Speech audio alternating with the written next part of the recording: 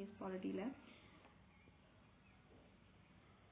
பெருபரி union case 1916 நடந்திருக்கு.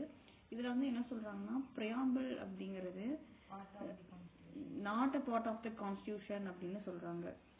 இந்த preamble அப்படிங்கிறது அமெரிக்காவில் இருந்துட்டு இன்ஸ்பயர் பண்ணி எடுத்து வந்திருப்பாங்க. யாருன்னா ஜவஹர்லால் நேரு. ரெண்டாவது கேஸ் எதுன்னா கேசவனந்தா பாரதி கேஸ். இது வந்து எப்போ நடந்திருக்கு அப்படின்னா 1973 நடந்திருக்கு. இந்த Kesavananda Bharati case versus state of Kerala, இவங்க 2 பேருக்கு தான் நடந்திருக்கு 1973.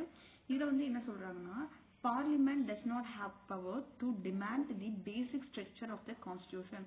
கான்ஸ்டியூஷன்ல இருக்க பேசிக் ஸ்ட்ரக்சரை ஏதாவது திருத்தம் பண்றதுக்கு பார்லிமெண்ட்டுக்கு பவர் இல்லை அப்படிங்கிறதா இந்த 2 இதுக்கும்.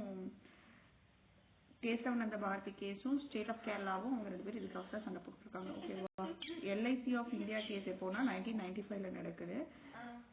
இதுல வந்து என்ன சொல்றாங்க, எல்ஐசி ஆஃப் இந்தியா கேஸ்ல 1995 preamble is a part of constitution அப்படின்னு சொல்றாங்க.